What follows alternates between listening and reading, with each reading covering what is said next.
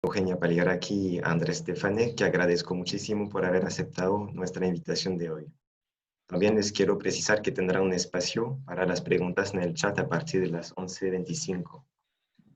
En cuanto a nuestros expositores, Eugenia Paliaraki es profesora de Historia y Civilización de América Latina en la Universidad de Cergy-Paris.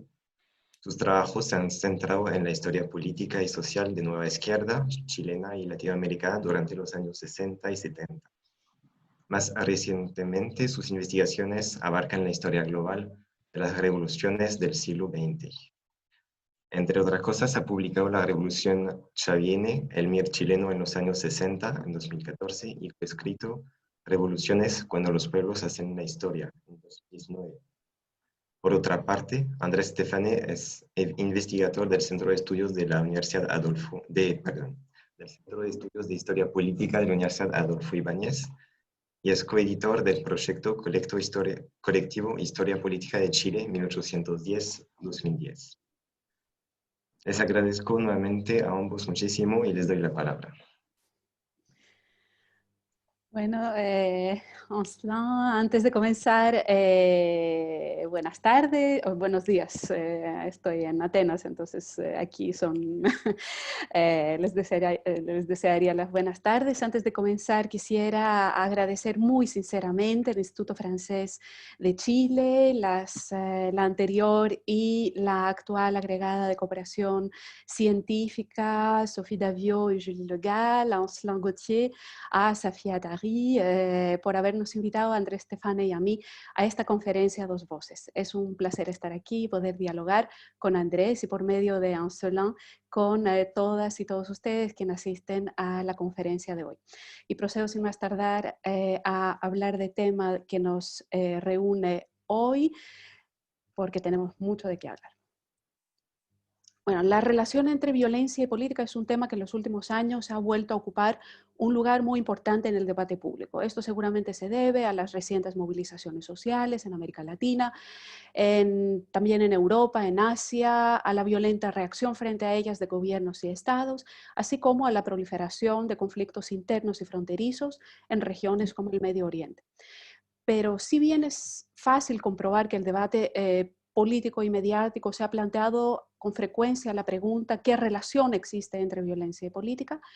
Lo que no se sabe o que se olvida a menudo es que el debate político, los análisis periodísticos, los discursos de los partidos sobre violencia política están fuertemente impregnados por ideas y teorías que vienen justamente de las ciencias sociales. Mi objetivo entonces hoy es evocar algunas de las predominantes aproximaciones teóricas a la relación entre violencia y política hechas desde las ciencias sociales. Que la palabra teoría no les asuste, ustedes se darán cuenta de que ya están familiarizados y familiarizadas con varias hipótesis y conclusiones de las ciencias sociales. Ahora bien, ¿por qué es importante evocar las teorías sobre violencia política? Porque si tomamos conciencia de ellas, tenemos más instrumentos para analizar críticamente el debate público, mediático y político y las posturas que a veces son presentadas en él como más éticas que otras, más objetivas que otras. Bueno, la violencia, la definición de violencia política que adopto aquí es la siguiente. La pueden ver aquí. Es una definición propuesta por la historiadora francesa Sophie Babi, quien es especialista en la violencia política durante la transición española. Les dejo tomar conocimiento de la definición. Y paso a explicar por qué esta definición me parece más pertinente o más convincente que otras. Por dos razones. En primer lugar, porque abarca tanto el ejercicio de la violencia física como los discursos y representaciones que existen sobre violencia. La segunda razón,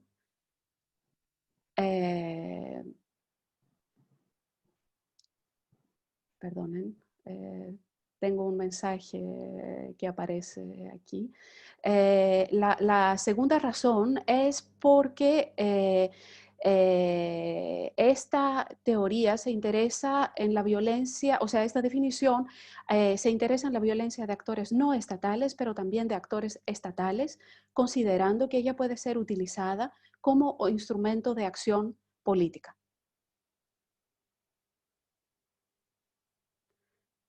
Espero que la diapositiva aparezca claramente. Bueno, entonces, tener en cuenta la violencia estatal puede parecerles a ustedes como una evidencia si hablamos de violencia política. Sin embargo, algunas de las principales teorías sobre violencia política, de las que hablaré de inmediato, niegan que el Estado pueda ejercer violencia. Entonces, me referiré a las principales aproximaciones teóricas o algunas de ellas partiendo de preguntas. La primera pregunta es doble. Pregunta, ¿se puede hablar de violencia política? Mejor dicho, ¿violencia y política serían mutuamente excluyentes o no? Estoy segura de que todas y todos ustedes en alguna entrevista han escuchado a alguna periodista hacer la siguiente pregunta. ¿Condena usted o no la violencia? Una pregunta sobre todo destinada a entrevistados, militantes o dirigentes de partidos de izquierda que comentan a menudo sobre movilizaciones sociales con episodios de violencia. Es lo que en periodismo se llama una pregunta cerrada, es decir, una pregunta que admite dos respuestas solamente, la respuesta sí o la respuesta no, sin posibilidad de matices. Ahora bien, esta pregunta no me interesa ahora por las respuestas que impone, sino por sus presuposiciones implícitas. En primer lugar, debo comentar el uso del verbo condenar, que es propio del campo jurídico y no político. Según muchos periodistas, los actos de violencia no se pueden analizar o explicar políticamente, porque explicarlo sería, según estos periodistas o dirigentes políticos, justificarlos. Es decir, se condena o no se condena, pero no se analiza. Pero si la violencia no puede ser analizada, esto significaría que no pertenece al campo político, porque todo lo político, sea discurso o acción, puede ser verbalizado y pensado. Entonces, si no podemos analizar la violencia, esto la convierte en un fenómeno que no puede ser evocado sino en términos éticos morales.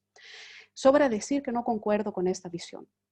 Volviendo, sin embargo, a la pregunta, ¿condena usted o no la violencia? Debo, en segundo lugar, señalar la ausencia de un adjetivo que acompaña el sustantivo violencia. Si la violencia no se define, si la violencia no puede ser, sino ser caracterizada, si la violencia no se define y si la violencia se condena en el tribunal de la opinión pública, esta violencia no puede ser caracterizada sino como criminal. En otras palabras, la dimensión política de la violencia le es negada y su uso se criminaliza. Lo mismo se hace cuando se habla de terrorismo, pero no tengo en este momento y durante mi presentación el tiempo para entrar en este tema tan complejo.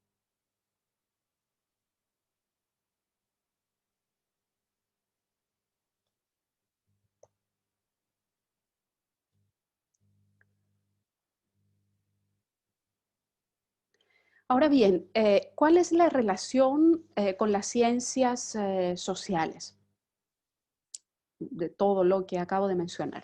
Esta visión criminalizante de la violencia política no es invención de los periodistas, sino que proviene de la sociología. Uno de sus mejores exponentes es el sociólogo funcionalista estadounidense Talcott Parsons. Según Parsons, la política sería el principal mecanismo de confrontación pautada, negociada, consensuada de intereses. Por lo tanto, la política por definición se opondría a la violencia, los términos política y violencia siendo contradictorios. Aquí, Talcott Parsons y quienes le siguen adoptan una definición que podríamos caracterizar como restrictiva de lo político. En breve, política sería solo lo que emana de las instituciones liberales y representativas consideradas como las únicas aptas para una confrontación de intereses negociada. Entonces, estas instituciones son el gobierno, el Congreso, las elecciones, la participación política de los ciudadanos, la única considerada como legítima es la participación en elecciones o la militancia en un partido representado en el Congreso. Es decir, que participar en una manifestación callejera, según Talcott Parsons, o en una asamblea de barrio, o en un partido no representado en el Congreso no sería hacer política. Es interesante, sin embargo, señalar que esta definición formalista, descriptiva, puramente institucional de lo político, que es propia del pensamiento conservador, un pensamiento conservador que pone en entredicho el rol de la ciudadanía fuera de las instituciones representativas liberales, se ha extendido en los últimos años mucho más allá de los círculos conservadores. Por ejemplo, en una reciente encuesta realizada a fines de febrero de 2020 en Chile, el 66% de la población se pronuncia a favor de una nueva constitución promulgada por una convención constitucional integrada exclusivamente por miembros elegidos por voto popular, lo que corresponde claramente a una definición de la democracia anclada en la tradición de izquierda. Pero al mismo tiempo, solo un 14% de los encuestados se identifica con la izquierda y un 66% de los encuestados dice no tener posición política.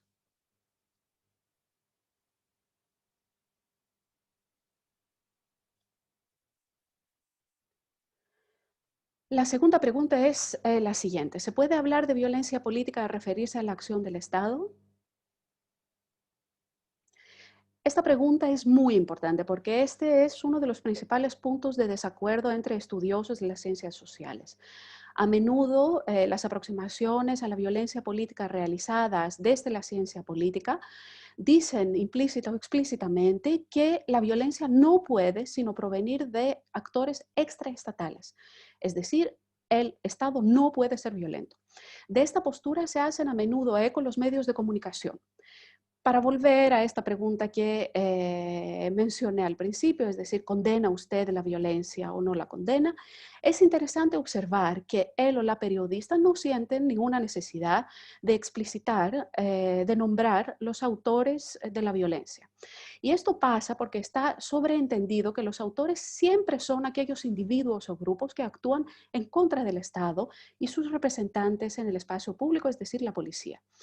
Esta segunda pregunta está conectada con la primera y las dos teorías que voy a presentar ahora se conectan con la sociología funcionalista de Talcott Parsons que mencioné antes. Estas dos teorías comparten tres postulados que también son predominantes en el debate mediático actual.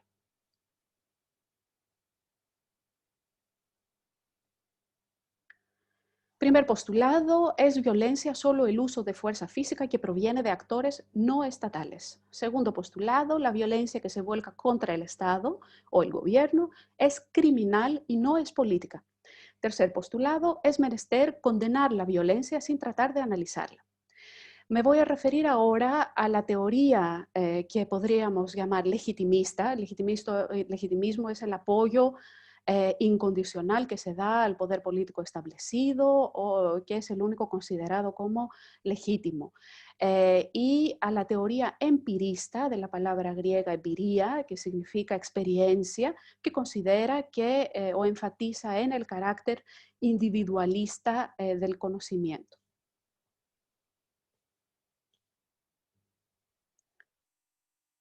Perdón.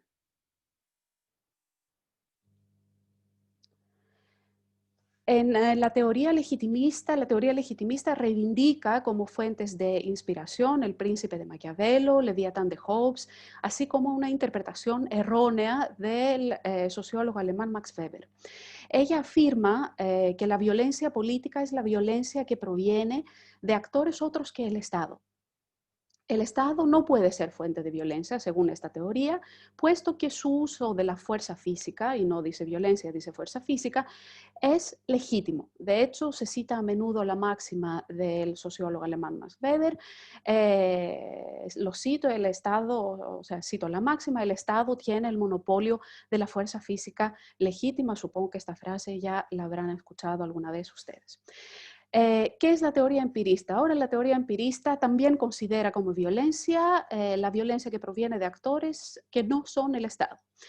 La teoría empirista, sin embargo, insiste, y a diferencia de la legitimista, insiste menos en la dimensión colectiva de la violencia y más en los individuos que ejercen la violencia y en las motivaciones psicológicas de ellos, que serían la ira, la frustración, el deseo de venganza, por lo general consideradas como actitudes patológicas.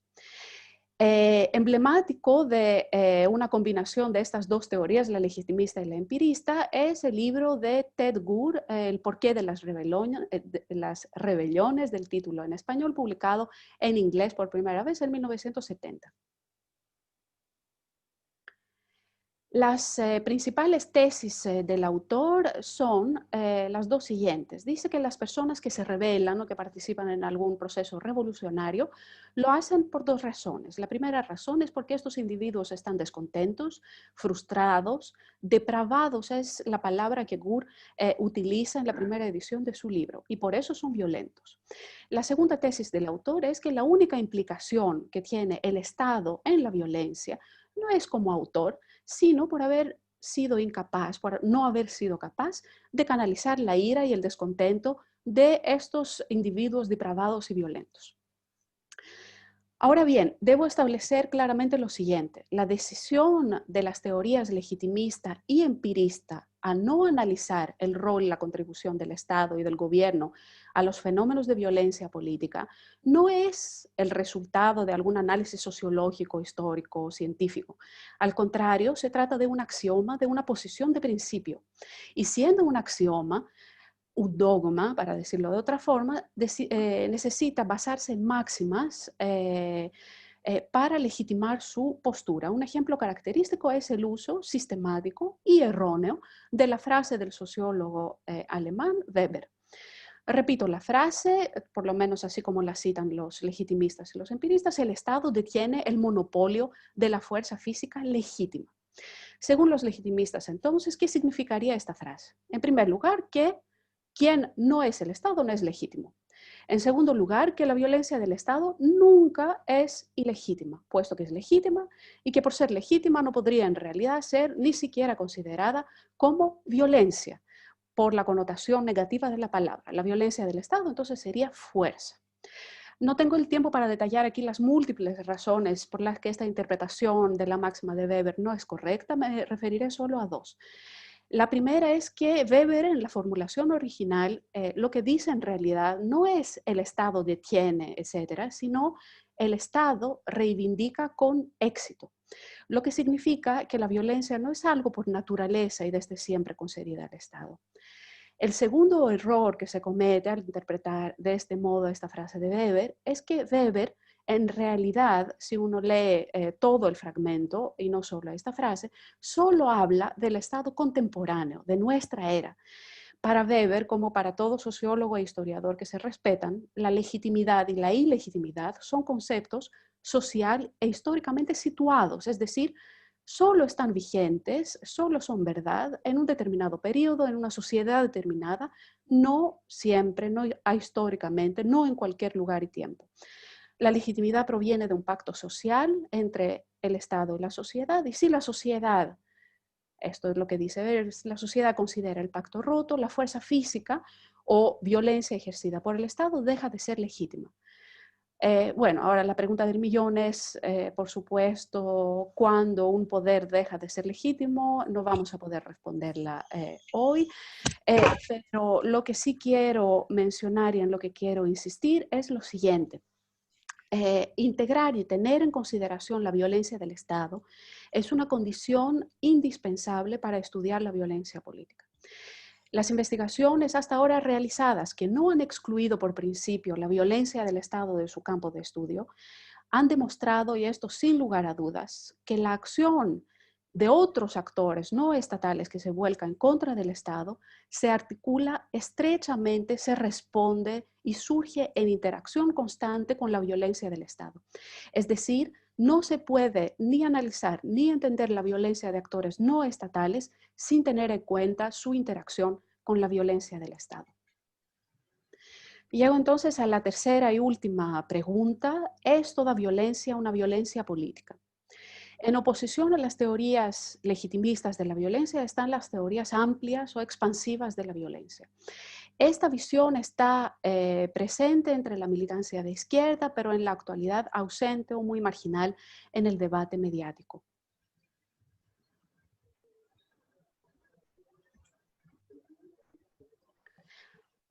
Uno de los principales exponentes de la aproximación expansiva, de la teoría expansiva de la violencia, es el sociólogo noruego afín a la New Left, a la nueva izquierda en los años 60, Johan Galtung, quien acuñó el concepto de triángulo de violencias. Según él, en las sociedades marcadas por la violencia se conjugan tres diferentes tipos de violencia.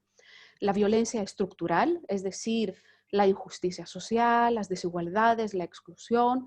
En segundo lugar, la violencia cultural, es decir, la justificación, el discurso que justifica la violencia estructural, diciendo que es algo natural o algo inevitable. Y en tercer lugar, la violencia directa, en la cual se puede identificar claramente el autor y la víctima, pero que se explica y emerge a causa de las dos primeras violencias, la estructural y la cultural. Otro exponente de la teoría expansiva es Frantz Fanon, psiquiatra e intelectual martiniqués, quien analiza sobre todo la violencia en contexto colonial, que vivió haciendo sus prácticas en Argelia durante la Guerra de Liberación Nacional. Para los adeptos de la teoría expansiva, la violencia es prácticamente sinónimo de situación de dominación. El problema que se plantea o que se puede plantear aquí para los historiadores es que no hay fronteras claras entre un fenómeno y otro, entre un concepto como el concepto de conflicto, que es muy expansivo, y otro concepto como es el concepto de violencia política. El concepto de violencia se vuelve tan expansivo que ya no se sabe de qué estamos hablando exactamente. La violencia como práctica política implica, sin embargo, por lo menos esta es mi posición, reflexión, un cierto grado de intencionalidad, tiene un blanco determinado y busca tener o termina teniendo un efecto político. No estoy diciendo aquí que no existe relación entre violencia política y violencia social, pero sí hay motivaciones puramente sociales, por ejemplo, dificultades económicas del momento, pérdida del empleo, que pueden generar conflictividad social, así como puede haber un conflicto originalmente social que se vuelve finalmente político. Un buen ejemplo sería el movimiento de los chalecos amarillos en Francia. El punto de partida fue el alza del precio de la gasolina y sin embargo las movilizaciones y el recurso a la violencia por parte de los manifestantes y sobre todo por parte de la policía son políticos y giran en torno a disputas políticas, entre ellas la Constitución actual francesa. Cuando la violencia policial es extrema y lleva a la pérdida de vidas o la mutilación de los cuerpos, se trata de una violencia predominantemente política, porque el uso de la represión es un instrumento político y de gobierno. En breve, el objetivo al distinguir violencia política de la violencia social es poder analizar críticamente los fenómenos de violencia política, provenga ella del Estado o de actores no estatales. Me detengo aquí. Muchísimas gracias por su atención.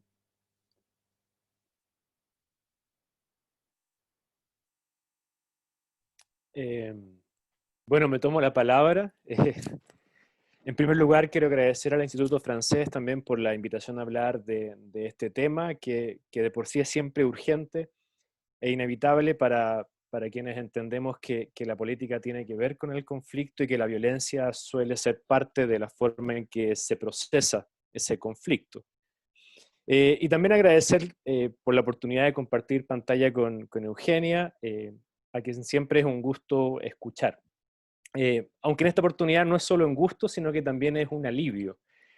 Y es un alivio porque su bien informada y robusta intervención, en cierta forma, me exime de entrar en precisiones conceptuales y me permite hablar con cierta impunidad y también con cierto tono retórico y quizás a ratos patéticos sobre un asunto también inquietante que no tiene que ver tanto con el fenómeno en sí o no directamente con la forma en que Eugenia lo aborda, sino con aquello que sigue al fenómeno. La pregunta sería, ¿qué hacemos con la violencia política una vez que la creemos superada? ¿Qué hacemos con las memorias que instala? ¿Qué hacemos con los hábitos que ha moldeado y que sabemos cuesta tanto modificar? ¿Qué hacer con el deseo de venganza de aquellos que pierden en un conflicto político? con el amargo sabor de la injusticia cuando no hay reparación. ¿Qué hacer cuando el que triunfa no renuncia a homenajear su triunfo? En América Latina tenemos cierta experiencia en esto. ¿Qué es lo que sigue a la violencia? Algo que Eugenia dibujó en su análisis. Generalmente la condena cerrada, la instalación de la imagen de un pasado simple que allana los relieves en un mar de culpabilidades compartidas, en la conocida fórmula de la teoría de los dos demonios, ¿no? La exacerbación de las postales de dolor, las denuncias por las pérdidas que de la noche a la mañana se convierten en patrimonio común, como si eso no fuese problemático. Aparece también la recreación de la tragedia como una especie de advertencia e intervención sobre el futuro. En los casos más radicales aparece la fantasía de una vida civil recompuesta en la concordia, en la superación de las grietas y en la reconstrucción de una comunidad con un solo propósito y que parece haber reconocido el valor supremo de la paz. Lo sabemos bien, así se armaron nuestras democracias transicionales, condenando el pasado como una pesadilla feroz, como oscuros pasajes donde se suspendió la razón, como momentos radicalmente opuestos a los bálsamos que ofrece el futuro. Todo esto, por supuesto, siempre conjugado en plural, en un nosotros. Bueno, y aquí estamos de nuevo. Ya lo hizo Eugenia, pero tampoco debo esforzarme mucho para evocar en cada uno de ustedes las postales recientes de violencia, aquí en este país, en nuestro continente y en el mundo entero. Todas las promesas de futuro de la democracia liberal yacen fracturadas de nuevo. Todas nuestras expectativas parecen hoy cuestionadas y sin aviso por esos múltiples campos de batalla que vemos hoy sucederse día a día. Muchas veces, y aquí esto es un problema que atañe radicalmente a las consecuencias de la violencia política, muchas veces acudimos al resorte de la memoria para pronunciar esperanzados un nunca más. Se trató de un nunca más ingenuo, parecen decirnos los porfiados hechos. Lo suficientemente ingenuo y estéril como para tenernos hoy mirando con desesperación nuestras sofisticadas reflexiones sobre el paradigma de los derechos humanos. ¿Por qué ese conjuro terminó siendo tan débil? Nos preguntamos.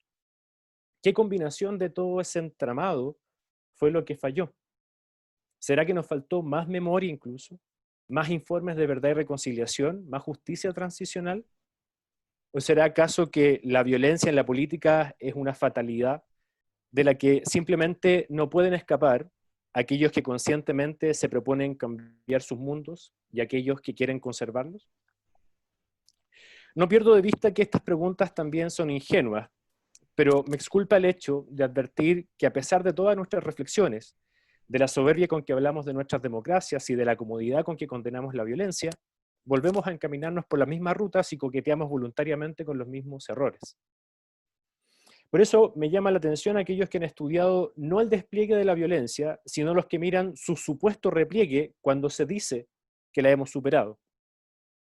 Quien haya revisado algo de cualquier proceso revolucionario o contrarrevolucionario, difícilmente podría cuestionar a Lenin cuando advierte que no hay un hecho imaginable más autoritario que una revolución. Eso es casi desmentible. Pero lo que cuesta entender en frío son las mutaciones de esa violencia y su incrustación en la genética de la política postrevolucionaria, lo que en la visión normativa sería la política normal. Lo que se hace difícil es hallar la manera, si la hay, de volver a fijar una frontera entre las fuerzas destructivas que desatan o están asociadas a estos procesos y las formas de vida en común que deberían seguirle. No me gustaría que esta intervención se confunda, aunque probablemente va a suceder como siempre sucede, con una inquietud anclada en un humanismo de sala de clases o con clamores pacifistas fundados en razonamientos asépticos. Creo yo que esta pregunta tiene más que ver con la necesidad de entender cómo y por qué el desdibujamiento de los límites entre violencia y política parece un efecto irreversible, y más aún, lesivo a largo plazo para el sentido de esta última, de la política, y sobre todo para su dimensión más conflictiva. Digo esto porque si alguna enseñanza nos dejó el siglo XX, fue el costo de militarizar nuestros disensos. Cuando eso sucede, y vaya que tenemos casos para demostrarlo, el conflicto político deja de ser eso, un conflicto, y se transforma en un conflicto existencial de vida o muerte. Bueno, esos son los problemas que rodean a aquello que el historiador George Moses sintetizó con su conocida tesis de la brutalización de la vida. En breve, esta noción alude a la forma en que la experiencia brutal de una guerra, por ejemplo, se proyecta sobre periodos postbélicos, infiltrando y redefiniendo todas las relaciones sociales, entre naciones, entre clases sociales, entre adherentes a ideologías políticas. Por supuesto que esto Moses lo pensó para un contexto específico, conectando la experiencia del frente de batalla de los soldados que participaron en la Primera Guerra Mundial con los altos niveles que se detectaron en la República de Weimar, y que a la postre derivaron en el origen del nacionalsocialismo y el genocidio. En esa clave, en esta interpretación, dicha guerra habría arruinado los fundamentos de la sociedad, brutalizando el carácter humano y naturalizando la consumación de oscuras pasiones. La brutalización de la vida habría sido la puerta de entrada para la aceptación cotidiana de los instintos agresivos, transformando la actitud de los seres humanos ante la vida, sembrando la indiferencia ante la muerte, tornándonos insensibles a las tragedias de individuos y masas anónimas. Esa indiferencia y esa insensibilidad habrían resultado claves para la aceptación del tono brutal que habría adquirido la política posbélica. De esta forma, lo brutal no solo se hace parte del paisaje, sino que se convierte en algo bello y muy útil a la renovación de la moral burguesa y a su obsesión con la ley y el orden. Bueno, sabemos que esta es una aproximación situada, pero no podemos negar que puede servir para pensar o reflexionar sobre otros contextos. Esta tesis, por supuesto, ha sido discutida y matizada de distintos frentes, y me atrevería a decir que hoy tiene poca fuerza explicativa, o al menos una fuerza explicativa menor de la que tuvo hace algunas décadas. En el mejor de los casos, hoy podríamos aceptar su potencial descriptivo y distanciarnos de su función analítica. De partida porque sus alcances culturalistas y subjetivistas son hoy difíciles de digerir, y en parte porque nos obligan a reconocer o aceptar la presencia de fuerzas ocultas y casi intangibles en las trayectorias de nuestras sociedades modernas. Sin embargo, hay varios elementos que son sugerentes, siguen estando ahí, y su resonancia no puede ser desestimada cuando se piensan en los mundos que siguen a violencias políticas sistemáticas, en los mundos que siguen a conflictos sangrientos, en aquellos entornos tramados por golpes de Estado, en las continuas sangrías a las que se expone el movimiento obrero, en la aniquilación programada de líderes sindicales, en las postales de masas disciplinadas y militarizadas, en las militancias de uniforme y fuerzas de choque, en la manera en que el lenguaje de la política sigue haciendo suyas las metáforas de la guerra. Para quienes intervienen en política desde un horizonte de cambios sustantivos, y esta es la gran tragedia y la gran sorpresa, estas no deberían ser cuestiones ajenas ni lejanas. Y aunque suene disparatado, en la historia 100 años no es más que un parpadeo. Si estamos hablando aquí de violencia y política, es porque este hecho sigue siendo significativo y potencialmente trágico. E insisto en este último, lo trágico, pues el recuerdo de lo patético, el dolor, no puede impedirnos recuperar la necesidad de imaginar mundos mejores. Hacernos cargo de la brutalización de la política tras experiencias traumáticas, saber que eso es algo que siempre nos acecha y que es incluso que es algo que practicamos sutilmente en nuestra retórica cotidiana, parece ser un paso imprescindible para volver a situarnos de manera inclaudicable en el terreno de la política. Esto, insisto, no implica abrazar una visión ingenua de la violencia y tampoco condenar sus efectos desde la comodidad de un liberalismo humanitario. Quizás no haya nada más evidente, si pensamos en una revolución, por ejemplo, que la necesidad de preservar la vida del sujeto revolucionario en medio de una revolución. Y nada más sensato que aceptar que esa necesidad puede implicar suspender o subordinar tanto la libertad como los ideales de la emancipación. Sin embargo, esas mismas experiencias y muchas de las que podamos referir nos enseñan que si renunciamos de manera permanente a la libertad y cuando nos olvidamos que el fin último de nuestras utopías, cuando es verdadera, reside en la emancipación, la preservación a toda costa del horizonte revolucionario y la legitimación irreflexiva de la violencia puede entrañar la más dolorosa de las derrotas. Quizás logremos que un sujeto revolucionario sobreviva, pero nos arriesgamos a que deje de ser revolucionario. Todo esto impone estar conscientes que el momento más político de todos puede ser al mismo tiempo el momento antipolítico por excelencia. Por eso la política radical no es la que procesa el conflicto a través de la violencia, sino aquella que la procesa a través del conflicto. A fin de cuentas, convertir el conflicto político en un conflicto existencial es comulgar con una visión antidemocrática de nuestros disensos y de la pluralidad. La línea es tenue y por lo mismo debemos estar dispuestos a dibujarla cuantas veces sea necesario, y esta es la función de la reflexión. Lo que está en juego no es poco y por eso debemos ser firmes y precisos en la definición permanente, se me cruzó el gato, de ese trazo. Como dijera el incombustible Martí Caparrós, al final del día, errar por 1 centímetro o 1 kilómetro da lo mismo, pero errar por 1 centímetro es infinitamente más triste. Con esto termino. La urgencia entonces es pensar una forma de la política que sea efectivamente política, que le dé sentido a la vida colectiva y que cumpla con la promesa de alcanzar formas de convivencia superior. No es por otra cosa que estamos acá, no es por otra cosa que hacemos política. La urgencia es plantearnos un horizonte donde ojalá no tengamos razones suficientes o no tantas para pronunciar las palabras que alguna vez pronunció la poetisa rusa Ania Akhmatova, cuando dijo: esta fue la época en la que solo los muertos podían sonreír, felices de descansar al fin. Eso, muchas gracias.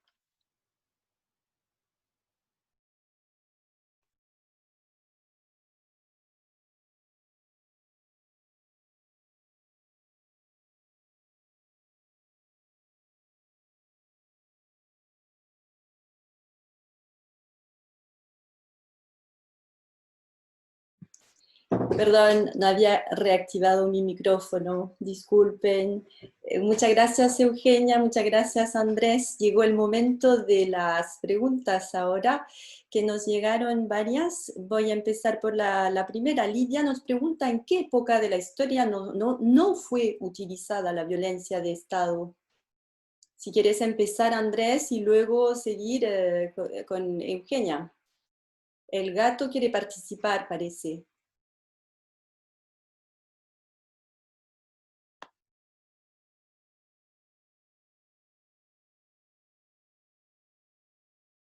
Micrófono, Andrés. Perdón.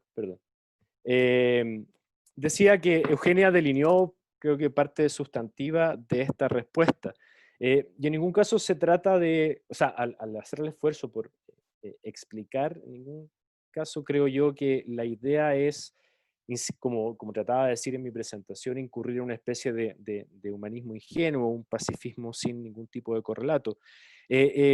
Ciertamente la violencia y lo que consideramos teóricamente como violencia política tiene perfiles cada vez más definidos conforme la lucha o la disputa por el poder.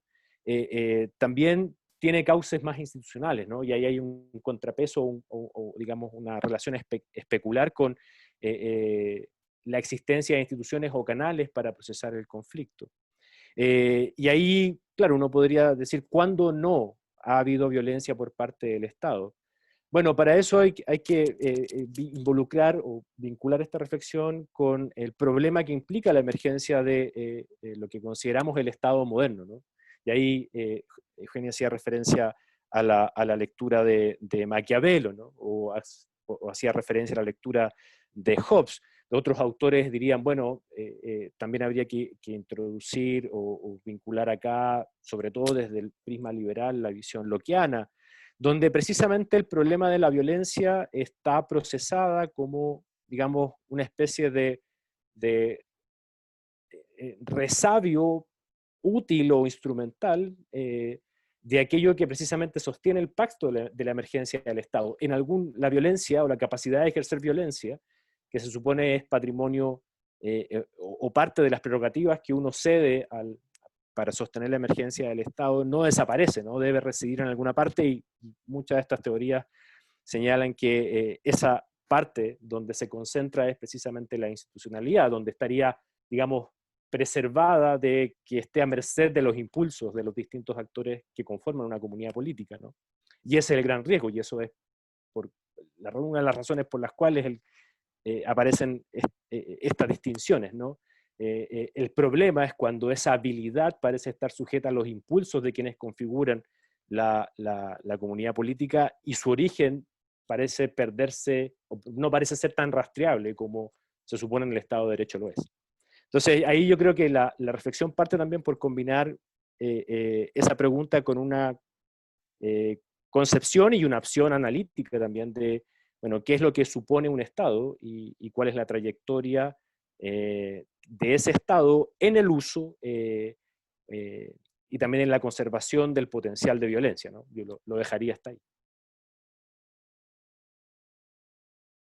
Solo quisiera agregar una cosa brevemente.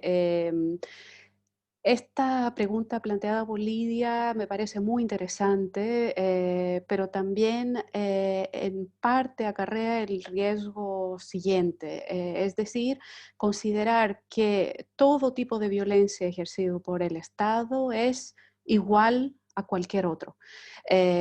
O sea, perdemos la noción de nivel de perspectiva y también si llegamos a la conclusión que el Estado siempre es violento, dejamos de entender o renunciamos a entender qué uso político hace en determinado momento y en determinado contexto de esta violencia del Estado y cómo este uso de la fuerza puede o no estar combinado con otros tipos y formas de acción política. Gracias, Eugenia. Otra pregunta interesante y compleja. ¿Hay algún ejemplo histórico de un país donde un grupo llegue al poder por la violencia revolucionaria o política y haya creado una sociedad mejor?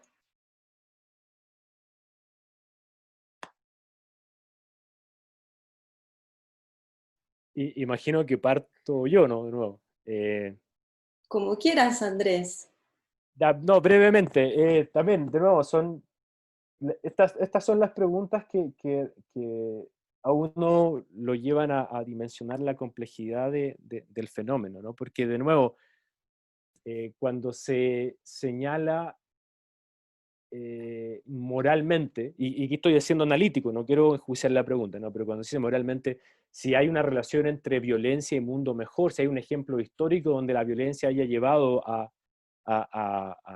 estas formas de convivencia superior a las que yo aludía, de nuevo, la pregunta tiene que ver con la manera en que integramos la violencia para el análisis de la creación de realidades políticas, porque si uno comienza a vincular esto en su genética misma del origen de un orden, ¿no? Uno se sorprende con los parámetros que se enjuician o que se miden ciertas experiencias o propuestas de transformación social y otras que tienen un nivel de consenso o de validez mayor, o que han ya sido fraguadas y barnizadas por, digamos, retóricas que la hacen incuestionable. Por ejemplo, no hay un análisis conflictivo, dramático e igualmente patético del proceso de independencia, ¿no?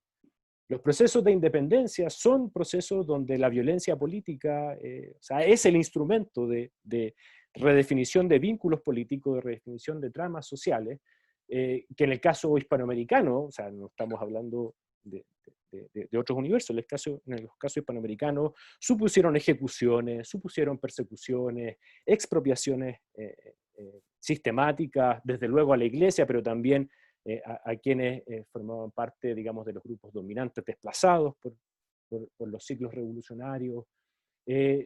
Y en el caso de ese ejemplo, ¿no? de esa experiencia, no parecen aplicar los mismos parámetros morales con los cuales analizamos, por ejemplo, los proyectos de transformación o los intentos de transformación del siglo XX. Cuando si uno los analiza como fenómenos históricos, tienen muchos elementos que se repiten. De nuevo, Eugenia ha sido un punto que es ineludible. Todo este análisis tiene que ser históricamente situado, ¿no? Uno no puede, o es muy riesgoso, no lo puede hacer, pero es muy riesgoso hablar en términos abstractos. Pero aún así uno puede establecer ciertas relaciones y hay ciertamente ciertos episodios o tramas violentas que por supuesto han sido barnizados y cuentan con un nivel de legitimidad mayor, pero que eso no implica, o al menos no debería implicar, que uno olvide que tienen un origen violento. Y en el fondo por eso que es la pregunta se hace tan recurrente, no solo por cómo entendemos, que creo yo fue el esfuerzo de Eugenia, sino también lo que intenté hacer yo de, bueno, cómo se sigue viviendo después de eso, tratando de atenuar lo que implica la naturalización de una vida en violencia, ¿no? Eso.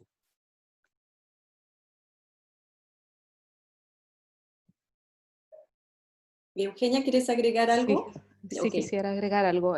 También excelente pregunta y da mucho para hablar. Empezaría diciendo, o sea, preguntando más bien qué es lo que llamamos una sociedad mejor. No necesariamente tenemos todos y todas la misma definición sobre lo que pensamos que es una sociedad mejor o menos buena.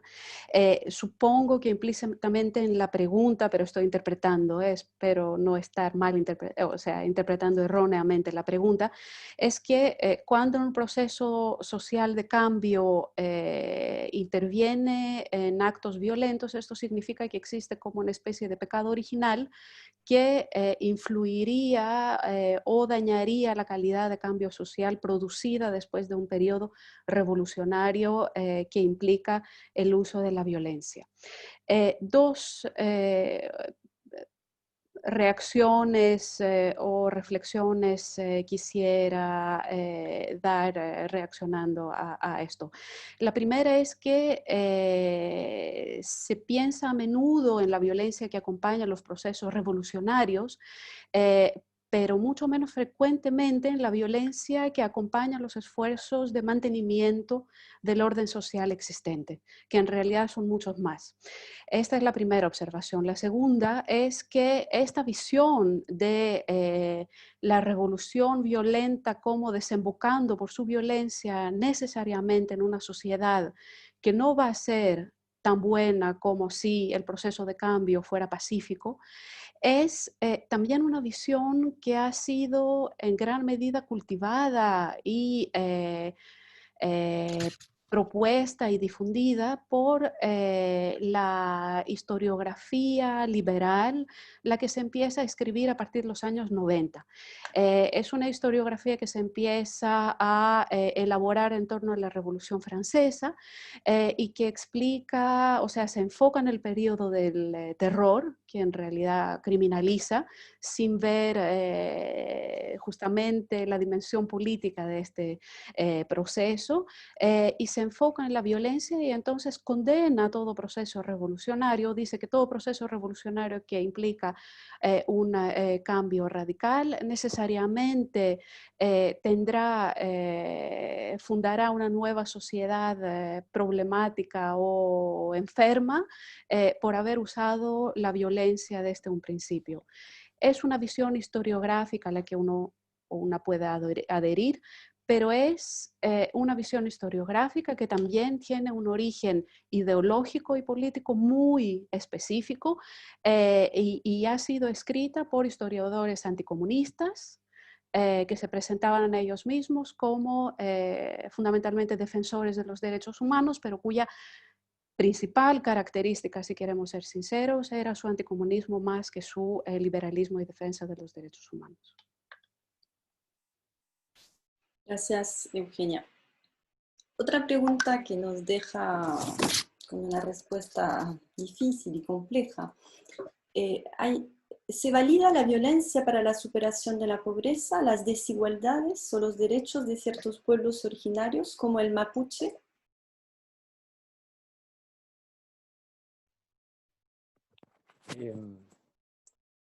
Ojalá que los candidatos presidenciales le hicieran el mismo tipo de preguntas. Son preguntas que obligan a definiciones bien gruesas. Y de nuevo, reflejan la importancia de discutir estos temas. Son las preguntas que siempre nos asaltan. A ver, hay una dimensión analítica y una dimensión personal, creo yo, en la respuesta que yo podría dar. La analítica es, sí, efectivamente, existen corrientes donde esa violencia está entendida y de cierta medida, no sé si justificada, pero donde sí se la entiende como parte de un conflicto más amplio y que tiene que ver con esta concepción estructural de la violencia, ¿no? La violencia no sería, digamos, producto, de nuevo, tiene el valor de dejar de representar a la violencia como una especie de estallido irracional, simplemente como expresión de una pulsión o un ánimo antisocial, sino que lo enmarca y lo ubica como parte de salidas a conflictos que no encuentran su canalización formal en el supuesto de que existen canales formales para procesarlo. Y esto es algo incluso que está siendo crecientemente relevado, y esto es algo en lo que Eugenia también participó a través de sus investigaciones, las primeras que yo le conozco también, es, por ejemplo, de nuevo, nuestro gran hito es pensar en la violencia revolucionaria de los 60, y durante mucho tiempo premió la idea de que esa violencia revolucionaria era fruto básicamente de una mera estética, ¿no? De una pose, y de una fascinación con la destrucción y con el fuego en la visión soreliana.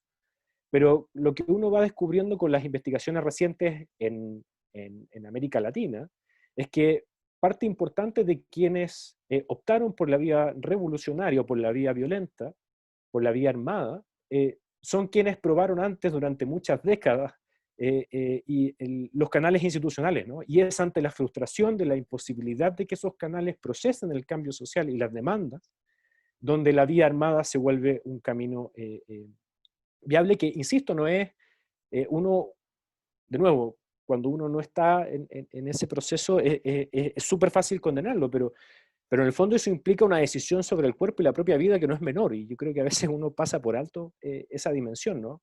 Pensarlo en esa clave no es solamente reproducir una visión hacia la sociedad, sino que una visión respecto al valor de la propia vida ante el peso de la estructura de un conflicto.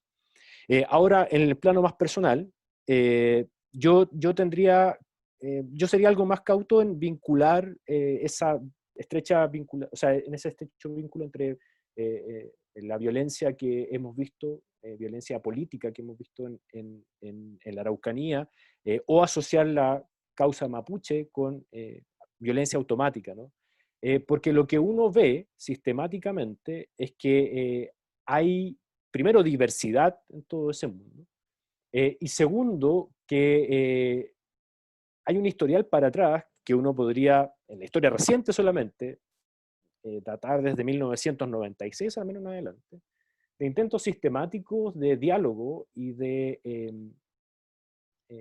demandas por una solución sustantiva que supone un trabajo a largo plazo. Y en eso yo me uno, o yo sigo, por ejemplo, intervenciones como las de historiadores mapuches, Fernando Pairicán, por ejemplo, quien ha señalado que acá lo que hay es una tradición permanente de diálogo, o una propuesta de diálogo desde un mundo donde el diálogo es parte de su forma o de su cultura política, y que encuentra una negativa desde las instituciones estatales, un poco lo que señalaba Eugenia también. Hay veces que se habla mucho de la violencia que intenta desestabilizar, pero no se habla tanto de la violencia que intenta conservar, ¿no? Que es la violencia, digamos, más bien conservadora. Y aquí lo que uno ve es más bien eso. Y entonces yo creo que ahí, de nuevo, ¿qué es lo que se necesita? Una comprensión más compleja de la violencia, que no esté restringida simplemente al episodio, sino que entienda las distintas variables del conflicto y las disposiciones de los distintos actores. Yo no tengo nada que agregar. Ok, sigamos entonces. Según Charles Tilly, estamos en una etapa donde la violencia en el actuar político sería menor que en los siglos pasados. ¿Qué piensan de esta clasificación de Tilly? ¿Y creen que la violencia política es menor o mayor que antes?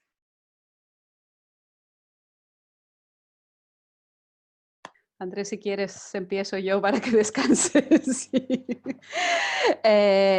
Excelente pregunta también. Gracias. Bueno, hay aquí una diferencia, aunque Tilly siempre estuvo es era un apasionado de historia y un gran lector de historia, entonces no se le puede acusar de no sé, de hacer lo que a veces ciertos especialistas de ciencia política hacen, que es reflexionar de manera muy poco histórica. También se tiende desde las ciencias políticas a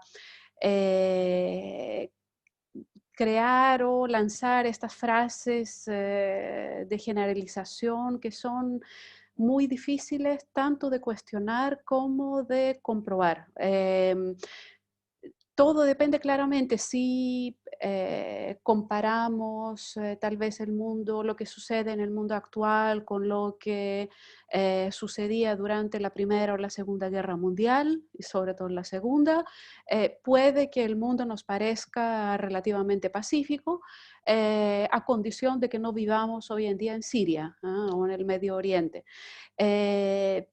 No, parece que Andrés no está tan de acuerdo. Sí.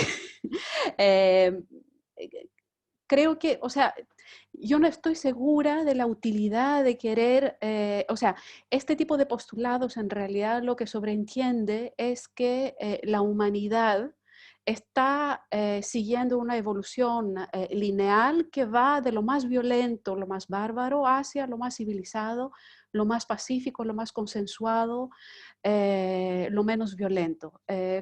Creo que sería muy difícil, o sea, me gustaría que esto fuera verdad, pero creo que desafortunadamente nuestro mundo y nuestra realidad nos da pocos argumentos para decir, para afirmar algo así. Andrés, ¿quieres seguir o pasamos a la Sí, siguiente? no, no sé, dos puntos. Que también no solamente Tilly, sino piensa también en otras versiones del argumento, por ejemplo, Steven Pinker en la dimensión liberal, ¿no? De que efectivamente la democracia liberal habría traído más paz y por tanto las muertes por hechos de esta naturaleza van en disminución, lo que de nuevo por detrás está sugiriendo que avanzamos en un camino, entre comillas, de civilización, ¿no? Y ahí yo simplemente insistir en algo que indicaba Eugenia, y que sobre todo es bien importante para también situarnos respecto a qué entendemos por lo globalizado y por la precisión de todas estas mediciones, ¿no? Claro, si uno mira y compara con el registro histórico, uno podría defender esa impresión. Y si uno mira los conflictos a los que nosotros somos expuestos por nuestra vinculación con la prensa internacional, bueno, sí, hay conflictos, pero digamos que de un dramatismo menor, claro, pero eso de nuevo pone a prueba qué tipo de canales estamos consumiendo, por algo que decía Eugenia, ¿no? Depende mucho en qué parte del mundo viva uno. Yo ayer, por otra razón, estaba escuchando una conferencia de gente vinculada al mundo de la cultura, de Siria y de otras naciones del Medio Oriente, y el recurso a la violencia como un factor que condiciona y determina la vida cotidiana es frecuente, ¿no? Y uno dice, pero no parece ser por el diario que lee uno. Pero claro, cuando habla con los ciudadanos, dicen, no, es terrible vivir bajo estas condiciones. Y no solo a partir de lo sucedido a inicios de agosto, ¿no? Sino de largas trayectorias de conflicto donde la vida se vuelve incierta, ¿no? Y claro, nosotros quizá hemos perdido o no tenemos memoria de que la vida sea incierta. Pero hay regiones del mundo donde la vida es incierta y uno no sabe si va a terminar el día. Y lo peor, o sea, lo puede terminar dramáticamente, ¿no? Eso. Eugenia, una pregunta específicamente para ti. En tu presentación mencionas que los límites de los tipos de violencia eran difusos.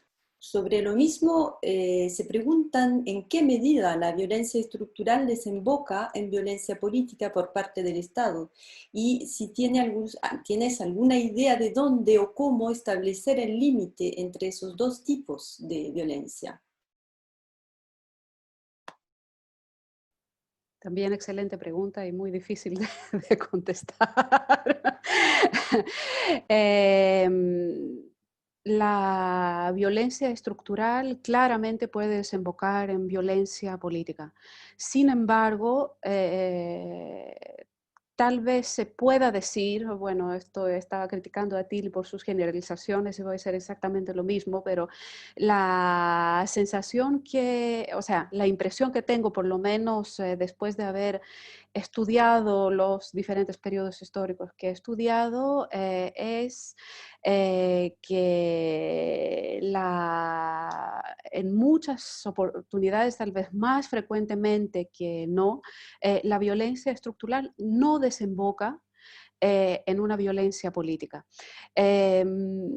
De nuevo me voy a referir a Sophie Babi porque encuentro que su definición de la violencia es de verdad muy útil justamente para ir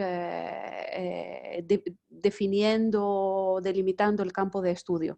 Lo mencioné también en mi presentación, pero volveré a decirlo. Sophie Babi propone nombrar como violencia política la violencia que tiene un blanco claro, que sabemos de dónde proviene, que está también, hay un cierto grado de intencionalidad y tiene, sea por la intencionalidad de su autor o porque sí, efecto político. Entonces me parece que esto delimita de manera bastante clara lo que podemos entender por violencia política. Ahora, cómo y dónde y cuándo se pasa desde de la violencia estructural hacia la violencia propiamente política, creo que es muy difícil decirlo, hay que definirlo y describirlo en cada contexto, y este es el trabajo de nosotros historiadores, intentar entender en cada contexto cómo esto funciona, porque cada contexto, cada situación social, política, cultural es diferente y única. Gracias, Eugenia.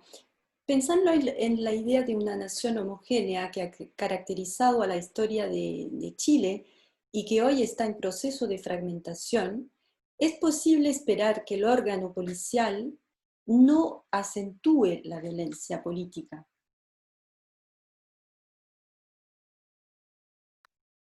Bueno, es que de nuevo acá aparece una idea que para quienes miramos fenómenos sociales en perspectiva histórica es siempre problemática, ¿no? Ya algo de eso también aludían ambas presentaciones.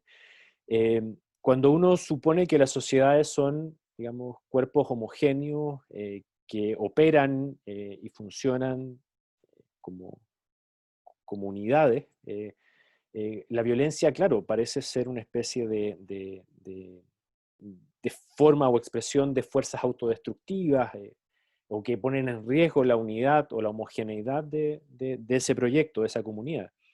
Pero cuando uno mira hacia atrás y uno va advirtiendo que las sociedades en realidad son tramas de comunidades o grupos, todos con distintas agendas, con distintas visiones de mundo, con predisposiciones distintas frente al pasado y frente al futuro, ahí uno se da cuenta de la importancia de la política porque esa es la escena donde podemos encontrar alguna especie de acuerdo sobre cómo conciliar esas diferencias. Entonces, mi primera reacción a la pregunta sería quizás parte de entender el porqué de la violencia es asumir de que las sociedades, por mucho que estén definidas por fronteras o tengan o compartan incluso una trayectoria relativamente común, no son entes homogéneos, ¿no? No son unidades, sino que son tramas de historias también y de intereses distintos. Y lo segundo, bueno, el tema de las policías es ciertamente, sobre todo si lo pensamos en el caso chileno, muy sensible, por el hecho de que se trata de una institución que alarga o sea, que arrastra una larga historia de corrupción, de falta de orgánica y de respeto a las jerarquías de los mandos. O sea, hay un problema institucional grave ahí y ciertamente, yendo a la pregunta que antes le hacían a Eugenia, cuando se pone en tensión, digamos, eso que uno considera la legitimidad de la violencia que puede ejercer el Estado, bueno, precisamente cuando el órgano que debe ejecutarla aparece deslegitimado entre la ciudadanía. Yo creo que ahí hay un problema, ¿no? Y eso se transforma en una cuestión insalvable, creo yo, porque en el fondo lo que está detrás es la relación entre los ciudadanos y el Estado, en el fondo. Y ahí es súper pertinente la referencia pactista que hacía Eugenia, ¿no? O sea, y citando a Weber. O sea, acá hay un acuerdo, y ese acuerdo no solo no empieza a funcionar, sino que además se convierte en problema, ¿no? O sea, no solamente hay un problema de falta de operación, sino que además en una amenaza. Y ahí yo creo que entramos en otra dimensión del conflicto. Sí puedo agregar algo brevemente. Por eso me parece muy importante analizar lo que se entiende por violencia policial como parte del concepto de violencia política, porque se puede tender a pensar esta institución como totalmente cortada y desvinculada del resto del aparato estatal.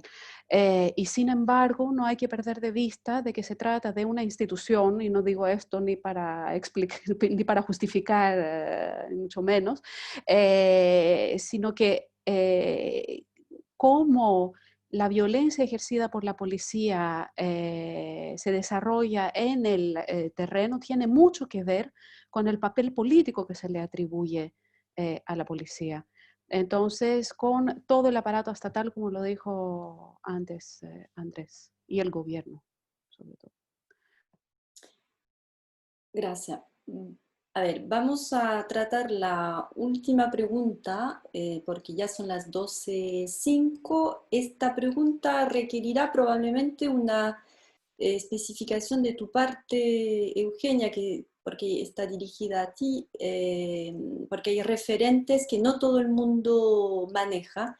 ¿De qué modo interactúan las categorías sobre la violencia planteadas por Galtung y Fanon en las posturas adoptadas por las organizaciones de la nueva izquierda en el Cono Sur a partir de fines de los 60? Muchísimas gracias, pero también es un tema inmenso que no sé en qué medida voy a poder responder con Lo pocas más brevemente palabras posible. ahora. Solo diré que, o sea, empezaré diciendo que en la revista contemporánea y también en mi libro sobre el MIRA y un desarrollo, no tanto de las tesis de Galtung, sino de Frantz Fanon y la apropiación de la visión de Frantz Fanon por la nueva izquierda de los años 60 en Chile, por lo menos. La pueden encontrar gratuitamente, ahora la puse en mi página de academia, entonces no duden en ir a mirar y leer si este tema específico les interesa. Ahora, ¿cómo esto se articula? Lo que hace Galtung y que en gran medida hace también Fanon, ¿no? Es presentar la violencia política de los dominados como una respuesta inevitable y en realidad necesaria tanto para oponerse a la violencia estructural del Estado, pero no solamente del Estado, las desigualdades económicas, sociales, etc. Y en el caso de Fanon, se trata también, o sea, el uso de la violencia emancipa y libera al individuo. Fanon, quien era psiquiatra y vivió la guerra de Argelia, trabajó en tanto psiquiatra con argelinos que habían tenido que someterse a la violencia colonial. Entonces, la tesis de Fanon es que un individuo que se somete a estructuras de dominación pierde su autoestima, para decirlo de alguna forma, pierde su personalidad, pierde su conciencia, y la única forma para recuperarla es recurriendo a la violencia. Entonces la violencia no es agresión contra el otro, es empoderamiento y afirmación de sí mismo. La violencia es el principal medio de liberación, para decirlo de otra forma. Espero haber contestado la pregunta, aunque sea de modo muy esquemático. Yo creo que sí, Eugenia. ¿Algo más, Andrés? Antes de cerrar. Perfecto. No, no voy a... No, no, nada. No. No, como tú quieras. Ok. No. Yo creo que ya hemos llegado al término de este encuentro, son las 12, casi 10 minutos. Obviamente lo primero que tenemos que hacer desde el Instituto Francés de Chile es agradecer sinceramente la excelente, la brillante ponencia de Eugenia, de Andrés, las muy pertinentes y preguntas de nuestros participantes, numerosos una vez más. Les damos una nueva cita, vamos a aprovechar la instancia para dar una cita. El próximo 22 de septiembre estaremos con otro encuentro, esta vez sobre industrias creativas, sobre un muy interesante tema que tiene que ver con la restauración patrimonial. Dos personas, una especializada en vitrales y otra en pintura, restauración pictórica, nos hablarán de su pasión, de su oficio y compartiremos con ellas durante una hora, el 22 a las 12 horas. Muchísimas gracias a todos, Ancelin, Julie, Sophie, del Instituto Francés, y hasta muy pronto. Hasta luego. Hasta luego, muchas Gracias. gracias. Muchas gracias.